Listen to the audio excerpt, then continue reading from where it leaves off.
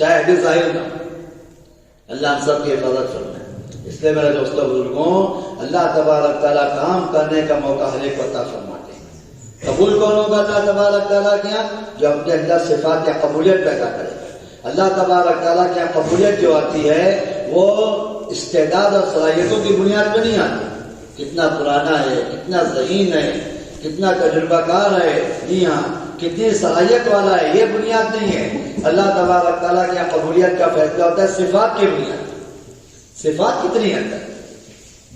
صفات کتنی ہے؟ جی چند صفات ہے جو اللہ تبارک تعالیٰ کام کرنے والوں میں دیکھنا چاہتے ہیں۔ کتنی صفات کروں؟ چند صفات، توجہ سے بات سنو۔ چند صفات جو اللہ تبارک تعالیٰ کام کرنے والوں کی زندگی میں دیکھنا چاہتے ہیں۔ محنت کر کے وہ صفات اپنے اندر پیدا کر لی گئی تو اللہ پاک قبولیت کا فیصلہ کرے گا، اور قبول ہو جائیں گے، جب قبول ہو جائیں گے تو پھر اللہ تبارک تعالیٰ کی جانب سے نصرتوں کا فیصلہ ہوگا۔ ربنا تقبل منا انک انت السمیع العلیم وتب علینا، یہ ترتیب ہے۔ پہلے قبولیت ہوتی ہے، پھر نصرتوں کا نزول ہوتا ہے۔ اپنے آپ کو اللہ کے یہاں قبول کرائیں کہ پھر اللہ کی جانب سے نصرتوں کا نزول ہوگا۔ پھر اللہ تعالیٰ اپنی قدرت سے وہ کر کے دکھائیں گے جو سمجھ میں بھی نہیں آئے گا، سمجھ میں بھی نہیں آئے گا۔ نبی کریم صلی اللہ علیہ وسلم صحابہ کو یہ بات سمجھائی کہ اپنے آپ کو صفات کے ذریعے، اپنے آپ کو صفات کے ذریعے اپنے آپ کو اللہ کے یہاں قبول کرا دیں۔ جب قبولیت ہو جائے گی پھر اللہ تبارک تعالیٰ کی جانب سے نصرتوں کا نزول ہوگا۔ اللہ اپنے قدرت سے وہ کر کے دکھائیں گے جو سمجھ میں بھی نہیں آئے گا۔ اس لیے میرے دوستوں بزرگوں، ہم سب کو اس پر توجہ کرنا چاہیے۔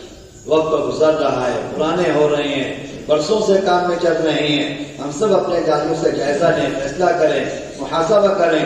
جو صفات اللہ تبارک تعالیٰ کو مطلوب ہے ہمارے اندر پیدا ہوئی تھی۔ سب سے بنیادی صفت جو اللہ پاک کام کرنے والوں میں چاہتے ہیں وہ اللہ تبارک تعالیٰ کے وعدوں کا یقین چاہیے۔ کیا چاہتے ہیں بھائی؟ اللہ کے وعدوں کا یقین۔ کام کرنے والوں کے دلوں میں اللہ کے وعدوں کا یقین کتنا ہے؟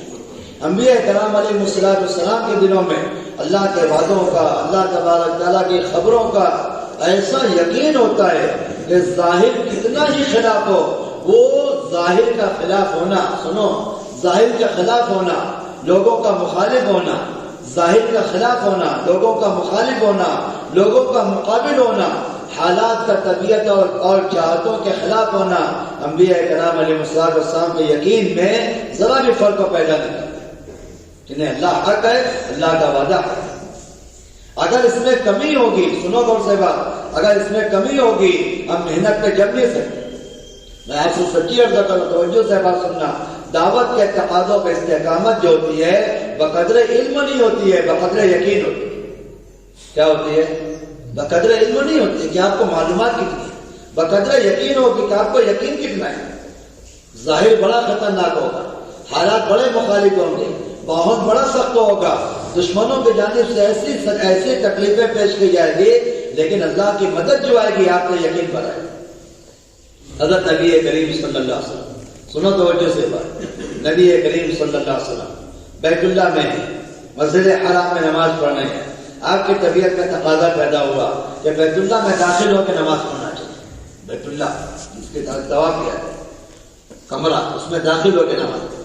تو بیت اللہ کی چابی عثمان بن نبی طلحہ کے پاس، شروع سے ان کے خاندان، بیت اللہ کی چابی۔ آپ نے عثمان کو بلایا، اس وقت تو مسلمان نہیں ہوئے۔ آپ کہنے لگے عثمان مجھے بیت اللہ کی چابی دے دو، مجھے بیت اللہ کی چابی دے دو، میں بیت اللہ میں داخل ہو کر چند رکعتیں نماز پڑھوں۔ میں اللہ، گھر کس کا ہے بولو؟ اللہ کا ہے۔ اور آپ کون ہیں؟ اللہ کے حبیب ہیں۔ گھر اللہ کا، نماز اللہ کے لیے پڑھنا ہے، نبی اللہ کے ہیں، بیت اللہ اللہ کا ہے، نماز اللہ کی ہے، اور چابی مانگ رہے کہ مجھے چابی دو، نماز پڑھنی ہے مجھے۔ عثمان کہنے لگے چابی نہیں ملے گی، چابی نہیں ملے گی۔ آپ نے بہت بڑا مطالبہ کیا، آپ نے بہت بڑا مطالبہ کیا ہے، بیت اللہ میں داخل ہو کے نماز پڑھنے کا، چابی نہیں ملے گی۔ ہمیں تو آپ کا مسجد حرام میں کھڑا ہونا بھی پسند ہے، آپ یہاں نماز پڑھ یہ بھی پسند ہے۔ جی ہاں، بیت اللہ کی چابی دینے کو تیار ہے، نماز آپ پڑھ رہے ہیں، آپ کے اوپر اونٹ کی اوٹ لا دی جاتی ہے۔ آپ دعوت دے رہے ہیں، آپ کی گلی میں آپ کے گلے میں چادر ڈال کے گھسیٹا ڈال کر راستہ چل رہے ہیں، آپ کے راستوں میں کانٹے بچھائے جا رہے ہیں، آپ کی بچیوں کو طلاق دی جا رہی ہے، آپ کے چہرے انور پہ تھوکا جا رہا ہے۔ اللہ اکبر، اتنی بڑی بات سوچو، جس چہرے کی اللہ قسم کھائے، جن بالوں کی اللہ قسم کھائے، جن آنکھوں کی اللہ قسم کھائے، جس بول کی اللہ قسم کھائے، جس زبان کی اللہ قسم کھائے، اس چہرے پہ ٹھوکا جائے تو کتنا زبردست، کتنا بڑا ہے۔ کام کرنے والے بیچارے پریشان ہیں، ہمارے ساتھ یہ ہوا، ہمارے ساتھ یہ ہوا، ہمارے ساتھ یہ ہوا، شکایتیں کرتے کرتے تھکتے نہیں ہیں۔ ارے بھائی، جب نبیوں والا کام کر رہے ہیں، نبیوں والے حالات تو آئیں گے نا؟ کیوں جی؟ یہ بولو تو صحیح، کام نبیوں والا کر رہے ہیں تو نبیوں والے حالات آئیں گے۔ عجیب حیرت کی بات ہے، ایک طرف تو خوب چیخ کر کہتے ہیں نبیوں والا کام کر رہے ہیں، اور جب نبیوں والے حالات ہیں تو پریشان رہتے ہیں۔ پریشان سے کیا بات ہے؟ اس لیے میرے پیارے بھائیوں، حالات کا آنا پریشانی کی بات نہیں ہے، بلکہ حالات کا آنا شکر کی بات ہے۔ شکایت کی چیز نہیں ہے، بلکہ شکر کی چیز ہے کہ اللہ تیرا شکر ہے، نبیوں والا کام کر رہے ہیں، اس لیے نبیوں والے حالات آئے ہیں، صبر کے ساتھ ان حالات کو پار کرنے تو نبیوں والی مدد بھی ہے۔ آپ نے عثمان سے کہا کہ عثمان مجھے چابی دے دو، تو بڑے سختی کا معاملہ کیا، بہت ناگواری ظاہر کی کہ نہیں، چابی نہیں ملے گی آپ علیہ السلام نے صبر کیا۔ آپ کہنے لگے عثمان دیکھو، ایک وقت آئے گا یہ بیت اللہ کی چابی میرے قبضے میں ہوگی، اور تم میری جگہ ایسے کھڑا ہو کے عاجزی کرو گے جیسے آج میں تم سے عاجزی سے بات کر رہا ہوں، تم ایسی عاجزی کرو گے، ایسی منت سماعت کرو گے۔ عثمان کہتے ہیں ایسا ہوگا کبھی؟ ایسا کبھی ہوگا؟ آپ مکہ میں چل نہیں سکتے ہیں، مسجد حرام میں نماز نہیں پڑھ سکتے ہیں، آپ کے راستوں میں کانٹے بچھائے جا رہے ہیں، آپ کے چہرے میں تھوکا جا رہا ہے، آپ کی بچیوں کو طلاق دی جا رہی ہے، ایسا کبھی ہوگا؟ تو آپ نے کہا ہاں ہوگا، ہوگا، بیت اللہ کے میرے قبضے میں ہوگا، مکہ میرے قبضے میں ہوگا، اور تم ایسے عاجزی اور مسکنت کرو گے جیسے میں تم سے عاجزی سے بات کر رہا ہوں۔ اور عثمان کہتے ہیں مجھے اتنی ہنسی آئی، میں ہنسی میں زمین پہ لوٹنے لگا، کیا بات کر رہے،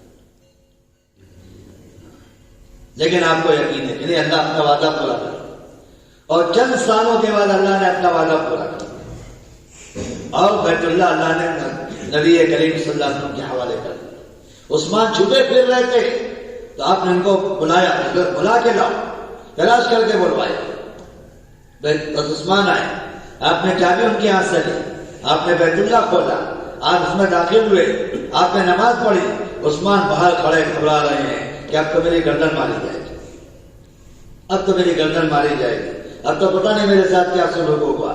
آپ نماز پڑھ کے باہر نکلے، عثمان کھڑے ہوئے کہاں پڑے ہیں؟ آپ نے کہا بتاؤ عثمان تمہارے ساتھ کیا کرنا چاہیے؟ ہم نے کہا تھا نا کہ چابی ہمارے قبضے میں ہے، بیت اللہ ہماری ملکیت میں ہے، اور تم ایسے عاجزی اور مسکنت اختیار کرو گے جیسے آج میں تم سے عاجزی کر رہا ہوں، میں آپ تمہارے ساتھ کیا کر رہے ہیں؟ عثمان کہنے لگے اللہ کے نبی آپ تو کریم ہیں۔ کون ہے؟ ہاں یاد رکھو، دائی اسے نہیں کہتے ہیں جو موقع پا کر بدلہ لیتا ہے، جو موقع پا کر پچھلی نکالتا ہے اس کو دائی نہیں کہتے ہیں، دائی اسے کہتے ہیں جو موقع پا کے پچھلی بھول جاتا ہے، یہ ہے دائی، موقع پائے تو پچھلی بھول جاتا ہے، پچھلی بھول جاتا ہے۔ دائی اسے نہیں کہتے ہیں کہ موقع ملا تو کیا کرو وصول کرو، یہ دائی نہیں ہوتے کہ ہاں اس نے مجھے ستایا تھا، اس نے گالیاں دی، اس نے میرے ساتھ یہ سلوک کیا تھا، اس نے یہ سلوک کیا تھا، اس کو دائی نہیں کہتے۔ میں ساتھ کیا عرض کروں پیارے بھائیوں، جن کی طبیعتوں میں انتقام ہوتا ہے، بدلہ ہوتا ہے، ان کو تو دعوت کا فہم بھی نہیں ہے، اسے دائی نہیں کہتے۔ جس کی طبیعت میں انتقام بدلہ ہے، دائی تو وہ ہوتا ہے جو موقع پا کر بھول جاتا ہے، دائی تو قریب ہوتا ہے، با اخلاق ہوتا ہے۔ ایک دیہاتی نبی کریم صلی اللہ علیہ وسلم کے پاس ہے، سنو تو کیسے عبرت کا واقعہ ہے۔ اللہ کے نبی دعوت کی محنت کرنے والوں کو اخلاق اور سلوک سمجھا رہے۔ ایک دیہاتی آپ علیہ السلام کے پاس ہے، آ کر سوال کیا اللہ کے نبی آخرت میں حساب کون لے گا؟ آخرت میں حساب کون لے گا؟ تو آپ نے فرمایا اللہ لیں گے۔ کون لیں گے؟ تو کہنے لگے پھر تو کوئی فکر کی بات نہیں، پھر تو کوئی فکر کی بات نہیں۔ تو آپ علیہ السلام حیران ہو گئے، کیا بات کر رہے ہیں؟ انبیاء تو گھبرا رہے ہیں اور آپ کہہ رہے ہیں کوئی فکر کی بات نہیں۔ تو آپ نے پوچھا کیسے فیصلہ کر لیا؟ کہنے لگے کہ اللہ کریم ہے، اور کریم جب قابو پاتا ہے تو معاف کر دیتے ہیں۔ اللہ کون ہے؟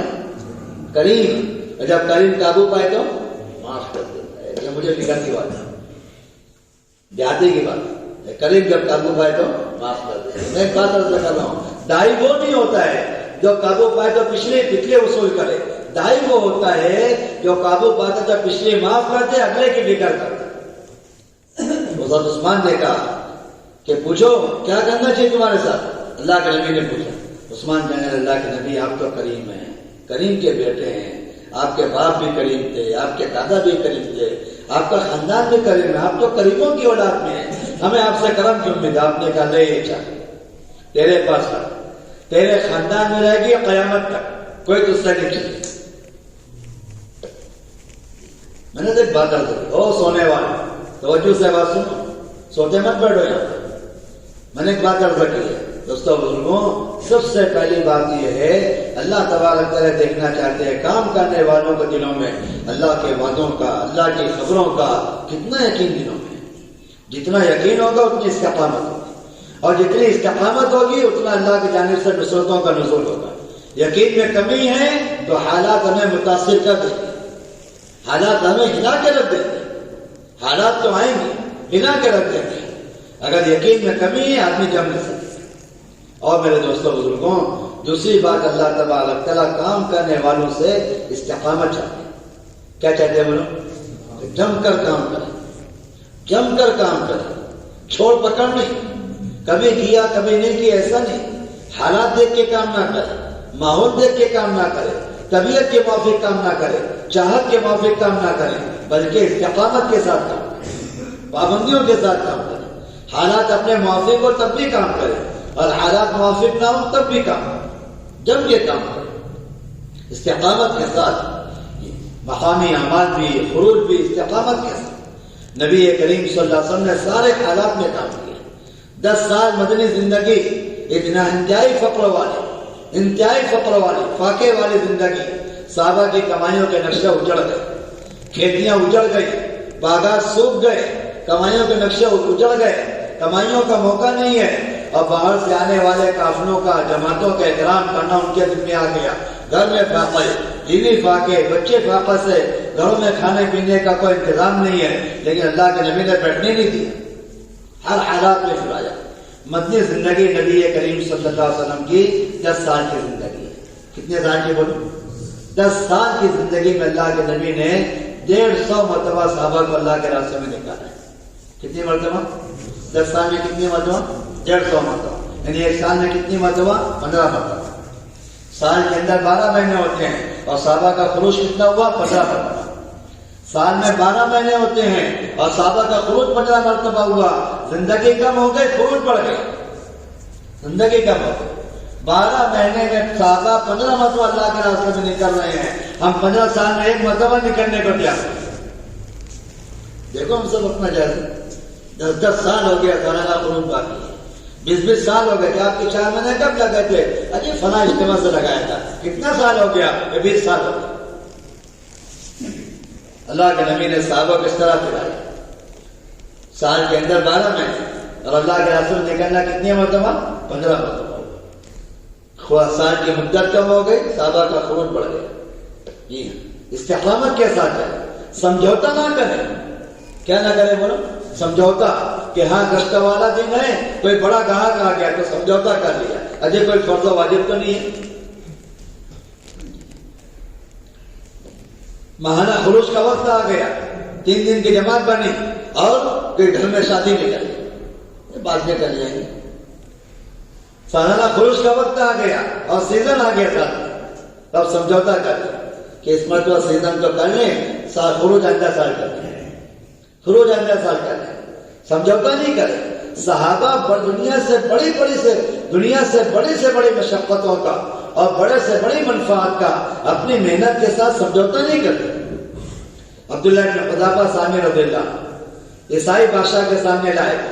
عیسائی بادشاہ نے کہا دیکھو بہت بڑا نفع تمہارے سامنے پیش کر رہا ہوں، اپنی بیٹی سے نکاح کرا دوں گا، میرا داماد بنا دوں گا. جہیز میں کیا ملے گا؟ اپنی آدھی سلطنت تمہارے حوالے کر دوں گا. آدھی سلطنت کہ بھائی کتنی بڑی بات ہے، اتنے بڑے بادشاہ کا داماد بننا، اس کی بیٹی سے نکاح ہو جائے. آدھی سلطنت اپنے ملکیت میں آ جائے اور کہنے لگے کہ میرا کوئی بیٹا نہیں ہے، ایک ہی بیٹی ہے میری، میرے مرنے کے بعد میری پوری سلطنت کے اکیلے مالک بن جاؤ، کیا چاہیے اس کے بدلے میں؟ ایمان چھوڑ دو، ایمان چھوڑ دو، عیسائی بن جاؤ، بیٹی لے لو میری اور ساری ملکیت لے لو میری، ساری سلطنت کے مالک بن جاؤ، ساری زندگی مزے کرو گے، تمہاری نسلیں مزہ کرے گی، کیا کرو؟ ایمان چھوڑ دو۔ اب سنیے دائی میں استقامت کیسی ہونی چاہیے، کام کرنے والوں کو کیسا ہونا چاہیے۔ آج تو اللہ معاف فرمائے، جب کام کے مقابلے میں دنیا کی کوئی نعمت پیش کی جاتی ہے، سنو غور سے بات، جب کام کے مقابلے میں دنیا کی کوئی نعمت پیش کی جاتی ہے، کام کرنے والے اس کو اپنے حق میں اللہ کی نعمت سمجھتے ہیں۔ اللہ کی نعمت نہیں ہے، مصیبت ہے۔ کیا ہے بولو؟ مصیبت ہے، نعمت نہیں ہے۔ حکام ابن مالک کو غسان بادشاہ نے خط لکھا کہ ہمیں معلوم ہوا ہے تمہارے سردار نے تم پر ظلم کیا ہے، زیادتی کی ہے، ہمارے پاس آ جاؤ، ہم تمہارا اکرام کریں گے، ہم تمہیں عزت دیں گے، ہم تمہیں مقام مرتبہ دیں گے۔ یہ نہیں کہا کہ بہت بڑی نعمت آ گئی، گھر میں گئے اور اس تنور کو آگ میں ڈال دیا، اس خط کو تنور میں ڈال دیا، آگ میں ڈال دیا، اور کیا کہا بولو او بھائیوں، کیا کہا تھا کہ ایک مصیبت تو ٹلی نہیں، بولو نا، دوسری مصیبت آ گئی۔ تو نعمت نہیں سمجھا، کیا سمجھا؟ مصیبت، آفر نہیں سمجھا۔ دیکھو تبلیغ والوں، تم نے میری قدر نہیں کی ہے، دیکھو فلاں والے ہم کو آفر دے رہے ہیں، آفر نہیں سمجھا، آفت سمجھا۔ کیا سمجھا؟ آفت ہے، آفر نہیں ہے، مصیبت ہے، نعمت نہیں ہے، جا کے اس کو تنور میں ڈال کہ بھائی یہ ہے پیارے بھائی، اپنے دین کے ساتھ، دین کی محنت کے ساتھ، اپنے کام کے ساتھ سمجھوتا نہیں کرتے کے ساتھ۔ حضرت اللہ نے کہا کہ تو اپنی بیٹی سے نکاح کی بات کر رہا ہے؟ کہنے لگے عرب کی ساری لڑکیاں میں نے نکاح میں جمع کر دی، اور اپنی سلطنت نہیں، پورے جزیرے عرب، پورے جزیرے عرب اکیلے مجھے مالک بناتے، ایک پلک جھپکنے کے برابر ایمان کو چھوڑ کر عیسائی بننا اور پھر دوبارہ ایمان کو قبول کرنا، اتنا بھی مجھے گوارا نہیں، اتنا بھی مجھے پسند نہیں، ایک پلک جھپکنے کے برابر۔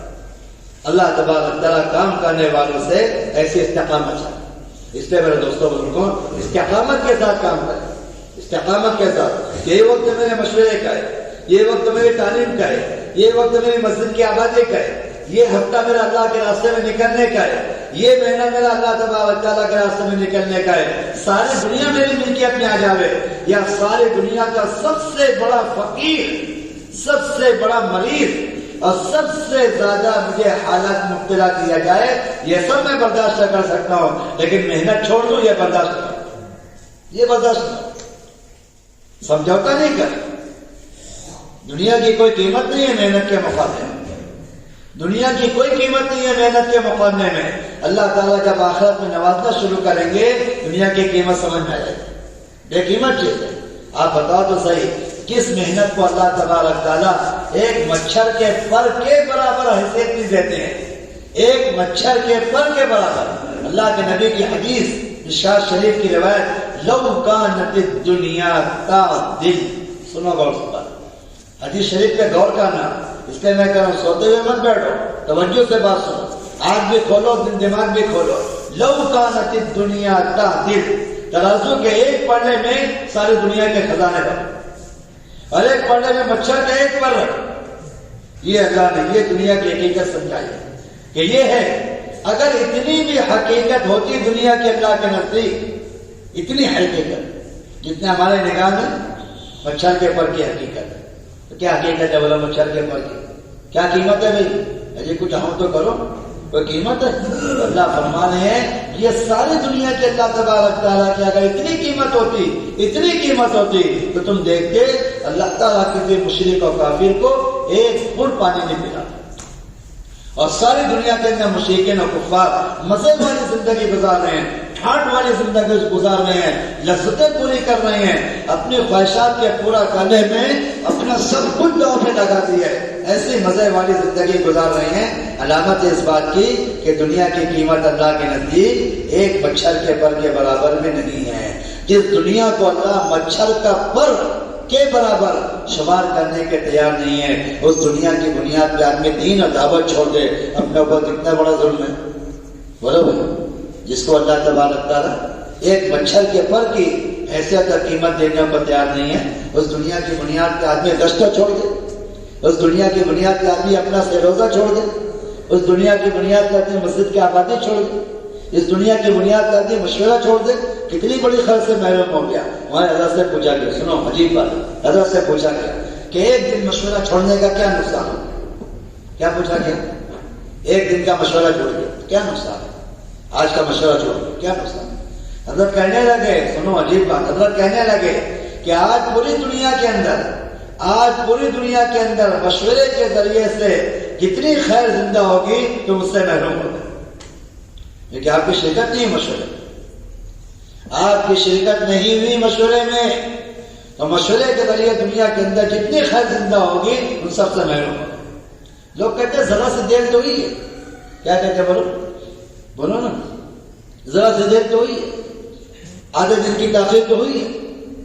اللہ کے نبی نے ارشاد فرمایا آدھے دن کی تاخیر، آدھے دن کا پیچھے رہنا کتنا نقصان پہنچا ہے۔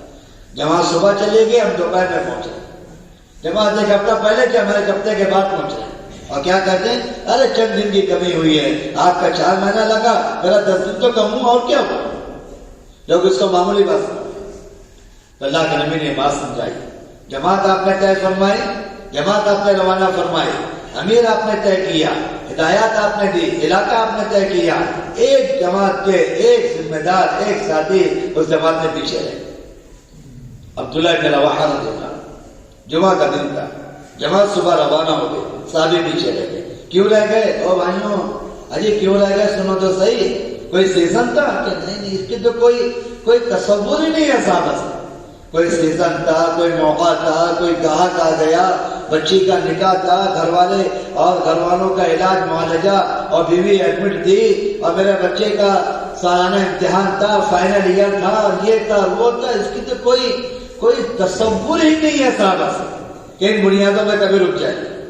میں آپ سے سچی عرض کرتا ہوں پیارے بھائیوں، میری بات کو توجہ سے سن لینا، پیروں میں لگی ہوئی مٹی جتنی زیادہ بے قیمت ہوتی ہے، اس سے زیادہ صحابہ کے نزدیک دنیا بے قیمت ہے۔ دنیا کی بنیاد میں صحابہ دین کی محنت چھوڑ دے، اس کا تو کوئی تصور ہی نہیں۔ کیوں رکے؟ کیوں تاخیر ہوئی؟ کہنے لگے جمعہ کا دن ہے۔ کیا ہے بولو؟ جمعہ کا دن، سارے دنوں کا سردار، مسجد نبوی تمام مسجدوں کے سردار، جمعہ کی نماز پڑھنا تمام نمازوں کے سردار، اور کس کے پیچھے نماز پڑھنا؟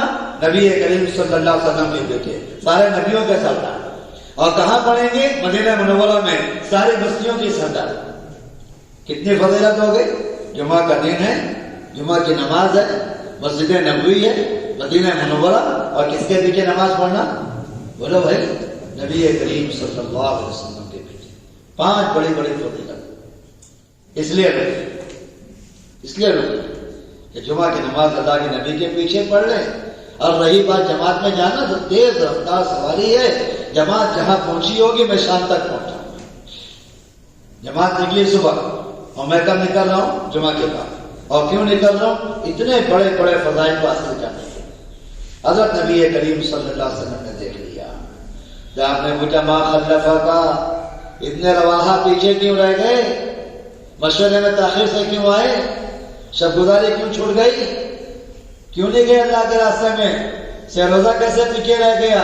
سال کا خلوت کیسے چھوٹ گیا؟ سنو، قیامت تک آنے والوں کے سوال ہے، یہ سوال صرف ابن رواحہ سے نہیں ہے، ہماری بات پہ غور کرنا، یہ سوال صرف ابن رواحہ سے نہیں ہے، قیامت تک کام کرنے والا ہر وہ ساتھی جو دین کی محنت میں پیچھے ہٹ رہا ہے کسی بھی تقاضے میں، یہ سوال ہر اس سے ہے، ما خلفا کا، پیچھے کیوں رہے؟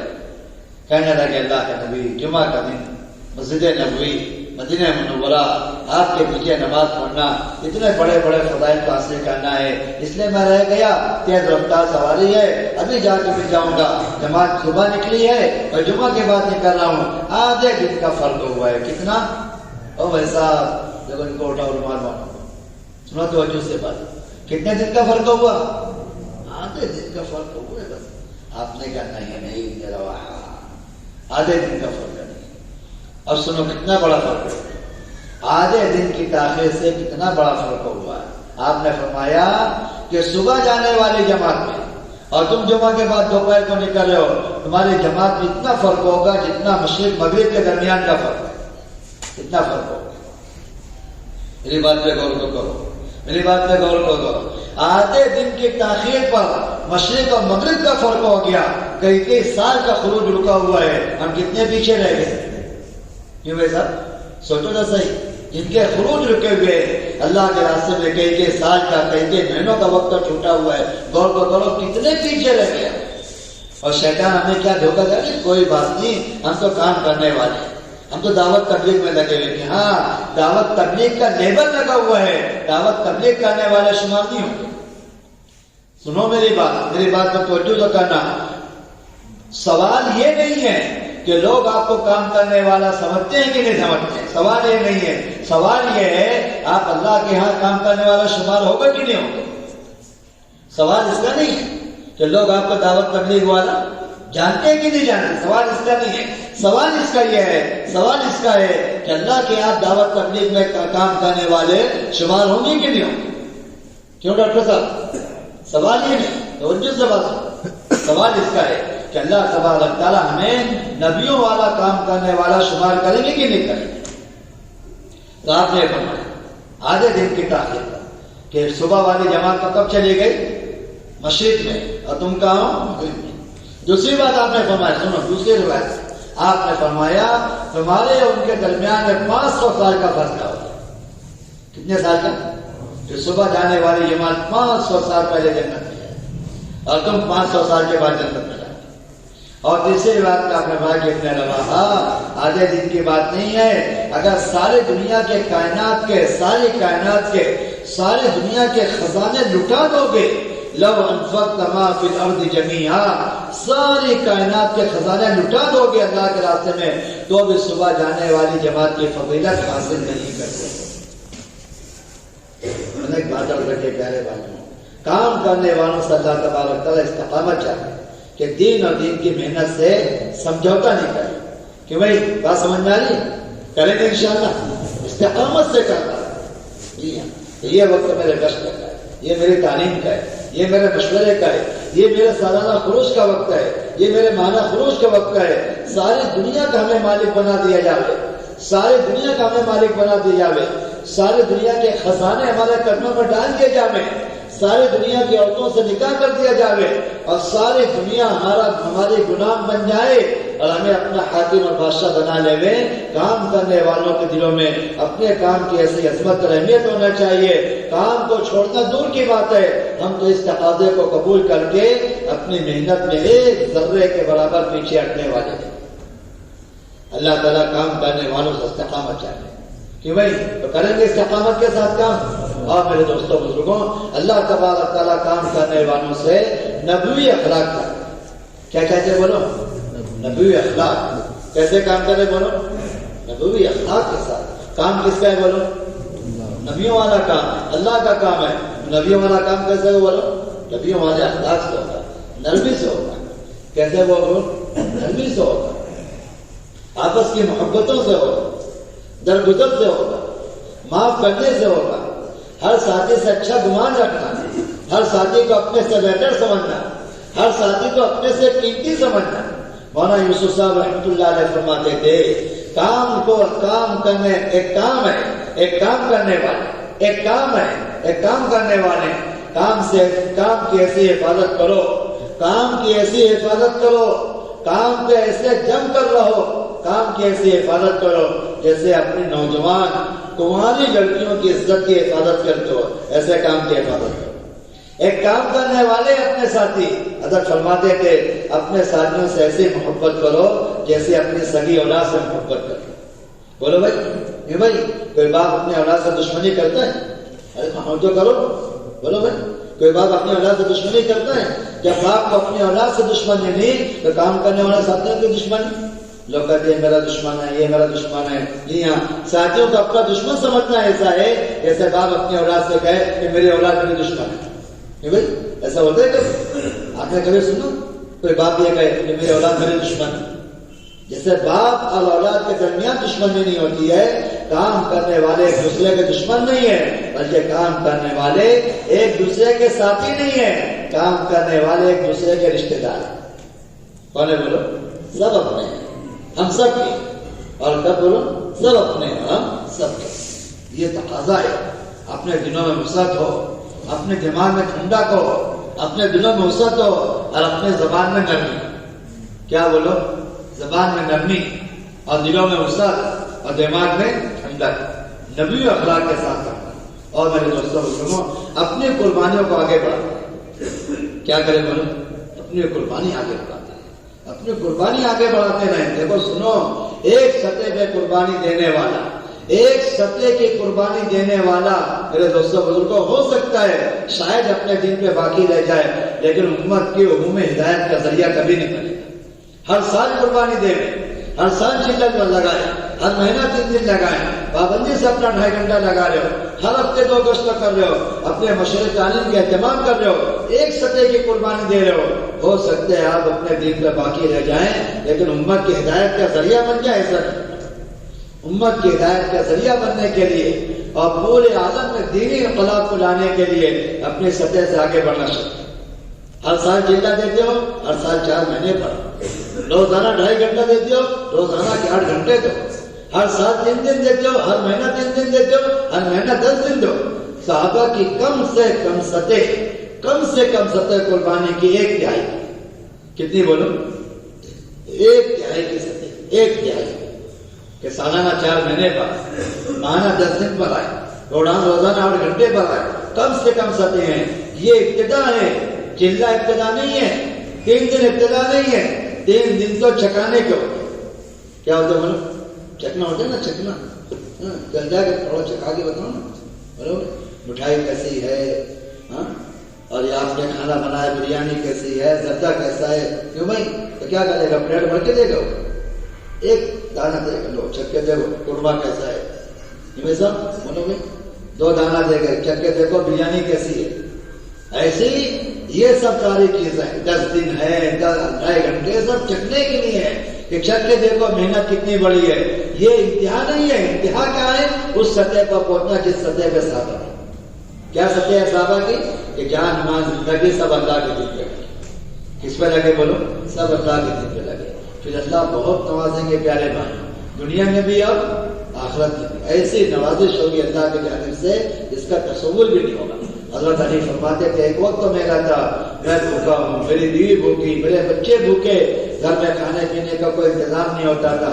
آج مجھے اللہ نے اتنا مال عطا فرمایا ہے، میں اپنے مال کی زکات نکالتا ہوں ہر سال 40,000 سونے کے سکے.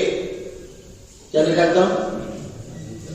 مال کی زکات دیتے نا ہم لوگ. کتنے حصہ ہوتا ہے بولو؟ ارے بولو نا. جی ہاں، 40 روپے میں کتنا زکات دیتے ہو نا آپ لوگ؟ 40 میں کتنا؟ 1 روپیہ. 100 روپے میں 2.5، 40 پیسہ. تو کیا فرمایا علی کہ میں اپنے مال کی زکات نکالتا ہوں سالانہ کتنا؟ 40,000 سونے کے سکے. تو آپ بتاؤ مال کا 40واں حصہ 40,000 تو کل مال کتنا ہوگا؟ مال کا 40واں حصہ کتنا ہے؟ 40,000 سونے کے سکے. تو کل مال کتنا ہوگا؟ اور 40,000 روپے نہیں کہہ رہا ہوں، 40,000 سونے کے سکے. تو کل مال میں کتنا سونا ہوگا؟ بولو بھائی. تو اللہ کے نبی نے کون سے کمپنی میں شیئر دیا تھا؟ بولو کون سا کاروبار اپنے داماد کو کر کے دیا تھا؟ کون سی بزنس، کون سی ڈگری دی تھی؟ کون سا آپ نے کون سے کمپنی میں شیئر دیا تھا؟ یہ نہیں کہا تھا کہ دنیا کے پیچھے کھپو. آپ نے کبھی کو قربانی بڑھائی، قربانی بڑھاؤ. قربانی بڑھاتے چلے گئے. جب قربانی کی سطح پہ پہنچے جو سطح اللہ کو مطلوب ہے، اب اللہ نے اپنے دہانے کھول دیے نعمتوں وہاں پہنچا دیا. اور آخرت میں تو اللہ پاک اتنا نوازیں گے پیارے بھائیوں جس کا تصور بھی نہیں ہو سکتا. کہ بھائی کریں گے انشاءاللہ. اور اگر ایک سطح کی قربانی میں رہو گے سمجھ لو ایک سطح کی قربانی میں رہو گے تو نفس و شیطان کے فتنوں سے محفوظ بھی رہو. دیکھو دو پہلوان وہ ہر روز اپنی محنت میں آگے بڑھنے کی فکر رکھی ہوں کہ سامنے والا مجھے پچاڑ کر دے. آپ دیکھو بڑے سے بڑا پہلوان جو ہوتا ہے وہ کبھی اپنی محنت میں پیچھے نہیں ہٹتا ہے. رات میں مقابلہ کر کے آیا، صبح کو ورزش کرتا نہیں. کہ بھائی کیا بات ہے، رات کو آپ گالی بوکر ہے گالی بوکر آئے لیکن مجھے اپنی محنت جاری رکھیں. ایسا نہ ہو تو سامنے والا مضبوط ہوگا مجھے بچا. ایک سجدے کی قربانی کے باقی رہو گے نفس اور شیطان پچھاڑ تو کیا کریں کہ اپنی ورزش رو بنا کرتے اپنی قربانی میں آگے بڑھتے چلے جاؤ. ہمیشہ نفس و شیطان پہ غالب رہو, ماحول اور باطن پہ غالب رہو.